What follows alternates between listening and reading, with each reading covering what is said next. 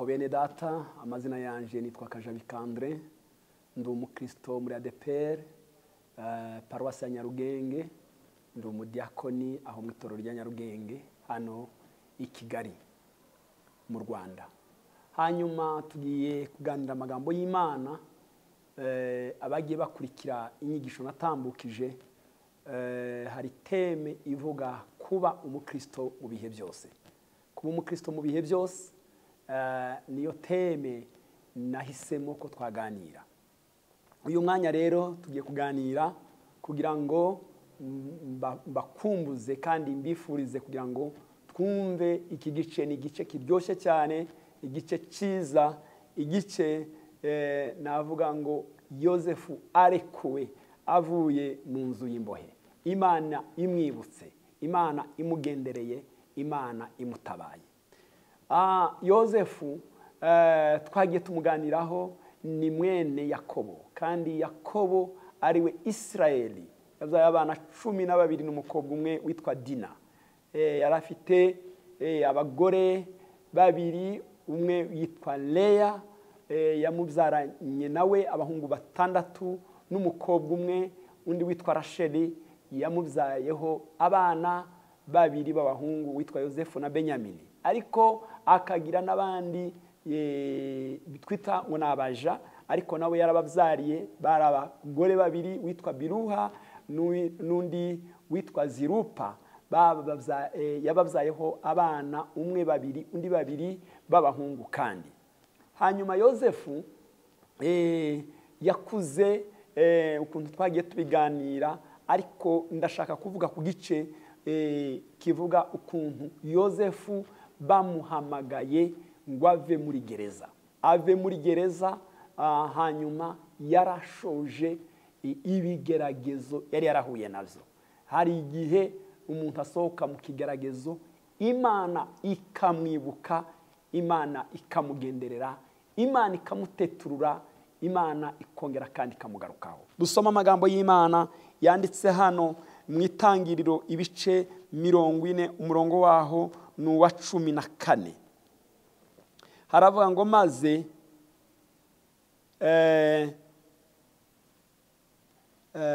rwose yego ni igice ca 41, umurongo waho n'uwa 2. Imyaka 2 ishize Farao arota inzozi iruhande rw'uruzi, ahagaze iruhande rw'uruzi.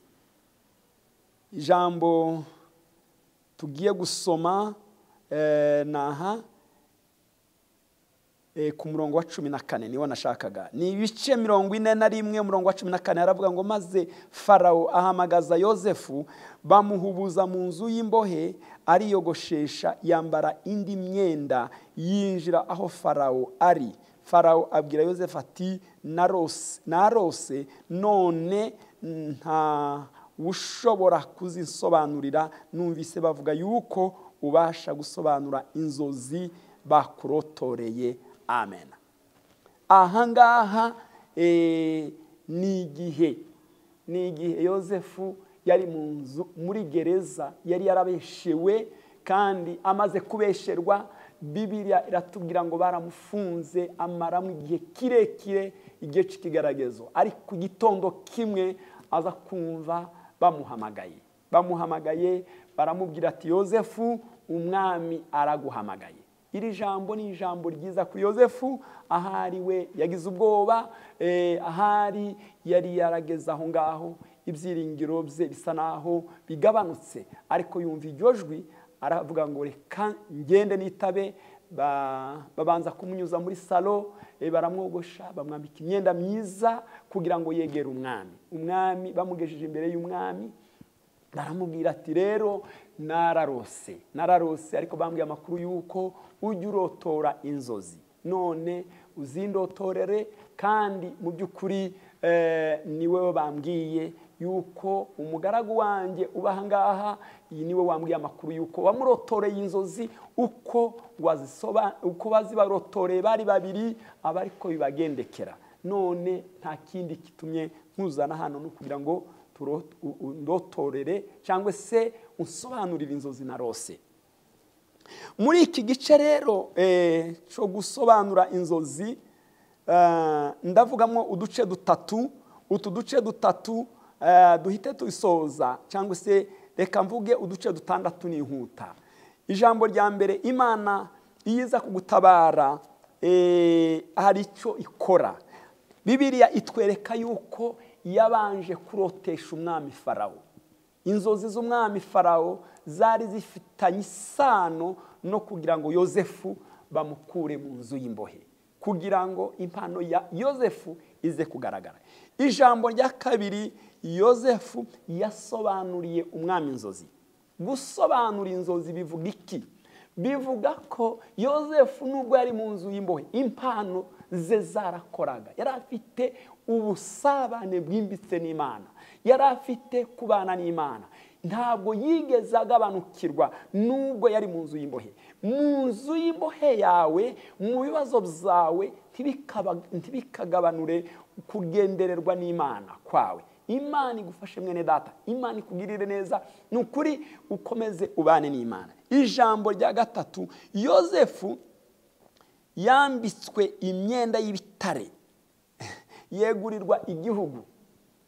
Amaze gusobanura inzozi muzi uko byagenze, yatanze inama aravuga ngo nubwo warose imyaka 7 izabanza n'inzara, indi 7 izaza, imyaka 7 izaba ari uburumbuke, ariko indi 7 izaza ari inzara. None muhunikisha ibiryo byinshi mu gihugu cyose cya Egiputa.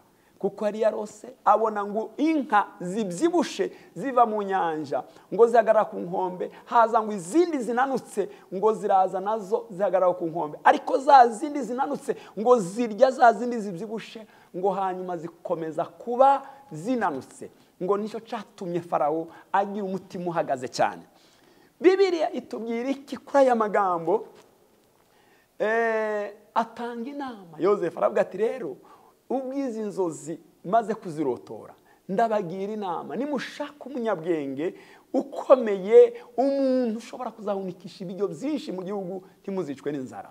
Bibiliya itubwira ngo Imana nubwo yamwibutse, Imana ivugira muri Farawo taho itavugira. Iravuga ngo se twakura hehe umuntu umeze nkawe? Imana ishimwe cyane. Iryo jambo riza rinezeza cyane ngo wuzuye umwuka wera w'Imana. Haleluya. Wava muri gereza ukaba ukicuzuye umwuka wera w'Imana. Imana ishimwe cyane. Yozefu ngo baramugabira. Farawo ngo aravuga ngo niwe tugize umuntu ukomeye muri iki gihugu, hunikisha ibiryo muri iki gihugu, kandi abantu bose bazaze aho uri ubaha ibiryo. Nta muntu uzinjira muri iki gihugu cyangwa se ngo agisohokemo utamuhaye uburenganzira. Yozefu bamwambika imyenda y'ibitare, bamuha ngo n'urupeta, bivuga ngo ahawe ubutware. Hanyuma ngo bongera kandi ngo kumuhana ikamba, bamwambika n'ikamba, ngo akajya agendera inyuma y'igare rya Farawo. Mu gihugu cyose cya Egiputa aba umuntu wa kabiri kuri Farawo. Ibya Potifari ntubimbaze aho yari yicaye uko byamugendekeye. Ijambo ry'Imana tubwira ngo Yozefu ngo yegurirwa igihugu cya Egiputa. Ni igitangaza. Hariya mu bice 41 umurongo wa 42 uzahasanga ayo magambo. Ijambo rya kane, Yozefu agaragaza gukiranuka mu murimo yakoraga wo kugabura ibiryo, wo guha abantu bose b'Abanyegiputa n'ibindi bihugu bizaje guhaha aho ngaho. Nico gihe na ndetse bene se baje arabahahira, abaha ibiryo, ariko ngo Yozefu yarakiranukaga nanone akabikora neza. Ese Imana yikwibutse, Imana yiguhaye ubutunzi, Imana yiguhaye posta nziza, urakiranuka, ujye ubikora neza. Iyo baje gukora audit, kuja kugusuzuma, basanga warabikoze neza. Yozefu yakomeje kuba umwizerwa, akomeza kuba umukristo, cyangwa se akomeza kuba umuntu w'Imana. Ijambo rya gatanu, Yozefu ababarira bene se rwose, arabirondorera, arababwira ati muhumure, mwe kwibabarira, cyangwa se mwe kugira ubwoba, mwe kwisuzugura, mwe kwibabaza muvuga ngo ni mwabiteye. Oya, ahubwo ni Imana yari yarabiteguye kugira ngo tuzakize abantu benshi inzara. Ni ukuvuga ngo Yosefu arababarira kugeza aho bananiwe kumva izo mbabazi, bagahora bagira ibikange cyangwa se bagahora bafite umutima uhagaze. Kandi Yosefu yarababariye inyuma yo kuva muri kiriya gihome. Ijambo rya 6 biravuga ngo Yosefu atuza se na bene se ahantu harushaho kuba heza hitwa i Gosheni. Haleluya, haleluya. Kugirira umuntu wakugiriye nabi ukamutuza heza, ukaba wamuha ibyumba byiza byo mu nzu yawe, ukamuha aho kororokera, ukamuha nawe aho yakwisanzurira. Mwene data, kunda umwanzi wawe ku buryo wamugaburira, ku buryo wamutuza ahantu heza. Bibiliya itubwira aya makuru. Yosefu hari ikintu yakoze gikomeye kandi cyiza, cyamubereye cyiza n'ukuri, nuko yababariye bene se akabatuza ahantu heza. Yakobo bongera kandi kubonana na Yakobo, aranezerwa arishima. Mwene data, utinze mu kigeragezo, ariko birashoboka yuko ugiye kugera ku musozo wacu. Hari ijwi utegereje rivuga ngo humura, nzabana nawe, Imana izagutabara, Imana izakurengera. Dore na Yosefu yihanganiye imyaka myinshi y'uburoko, abesherwa, akubitwa, atotezwa, yangwa, ariko Yosefu agezaho ategeka igihugu, akaba umutware muri iki gihugu. Imana igufashe mwene data, wumva aya magambo, wihangane. Ibigeragezo nubwo bihari, ariko reka nkubwire muri iki gice, birashoboka yuko udamaraye, uguwe neza, ariko muri uyu mudamararo wawe komeza ube umukristo. Nababwiye ngo ijambo navuze ni ijambo rivuga ngo kuba umukristo ibihe byose. Mu gihe cy'ibisubizo uzi kujera, uzi gutunganya ibintu neza, nta muntu urimo kugukontorora. Yosefu yabikoze neza, yarangije ari umukiranutsi kuko yari umwana w'Imana. Reka dusenge. Mana, ndagusaba kugira ngo abumvise iri jambo ubagirire neza Mwami, nubwo bagera mu bisubizo, bavuye muri za gereza z'ubuzima bwabo, ariko ubahe gukomera Mwami, kandi bihangane, bamenye yuko haleluya, umunsi umwe bazabarana nawe, kuko bazabwirwa ngo nuko mugaragu mwiza wakiranutse kuri bike, ariko dore nkweguriye byose. Imana ukomeze ubane natwe Yesu, kandi ukomeze ugira abantu bawe neza, kandi nukuri abumvise iri jambo ribakore ku mutima, bihane, bareke ibyaha byabo kugira ngo bagukurikire. Urakoze yuko mvise gusenga kwanje, ni mu izina rya Yesu nzambaje, amen.